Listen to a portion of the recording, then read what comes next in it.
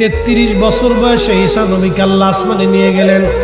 এখনো তিনি চতুর্থ আসমানে বিদ্যমান আছেন জিন্দা অবস্থায়। একবার জোরে বলা যাবে কি আল্লাহু আকবার। ওই হালতে আল্লাহ চতুর্থ আসমানে ঈসা নবীকে রেখে দিয়েছেন। আবার কিয়ামতের আগে দাজ্জালকে ধ্বংস করার জন্য ঈসা আলাইহিস সালাম দুনিয়াতে আসবেন। দুই ফেরেশতার কাঁধে ভর দিয়ে ঈসা আলাইহিস সালাম দুনিয়াতে নামবেন।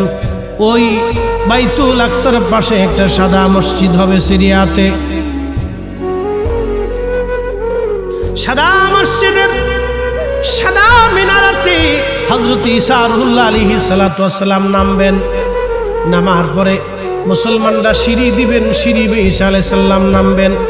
ওখান থেকে বাইতুল আকসা হয়ে হযরত ঈসা নবী আর দেরি করবেন না, সরাসরি বাইতুল্লাহ আসবেন। কাবা শরীফ আসার পরে তিনি হজ উমরা আদায় করবেন। হজ এবং উমরা একসাথে তিনি আদায় করবেন। হজ উমরা আদায় করার পরে উনি আর দেরি না করে সরাসরি আমার নবী রওজা মুবারকের পাশে এসে দাঁড়াইয়া আল্লাহর নবীকে সালাম দিবে, আসসালাতু ওয়াসসালামু আলাইকা ইয়া রাসূলুল্লাহ।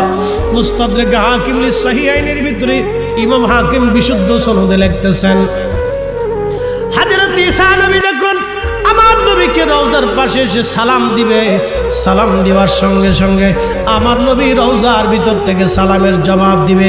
হাজার হাজার মানুষই সালামের জবাব শুনবে। একবার জোরে বলা যাবে কি আল্লাহু আকবার। তাহলে বলেন আমাদের নবী আছে না নাই? জিন্দা না মরা? জোরে বলেন জিন্দা না মরা?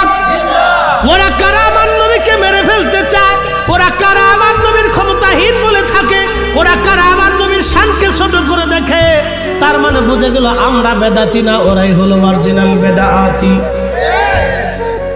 হজ আর উমরা করিয়া ঈসা আলাইহিস সালাম সরাসরি মদিনায় আমার নবী রওজা মুবারকে যে সালাম দিবেন, আল্লাহর নবী রওজার ভিতর থেকে সালামের জবাব দিবেন। হাজার হাজার লক্ষ লক্ষ মুসলমান সেই সালামের জবাব শুনবে আমার নবীর কণ্ঠে। একসাথে বলা যাবে আল্লাহু আকবার। বলেন নবী এখন আছে না নাই? আগামীতেও আছে না নাই? অতীতেও ছিল কিনা? যারা বলবে নবী নাই ওরা হলো কানার দল। কথা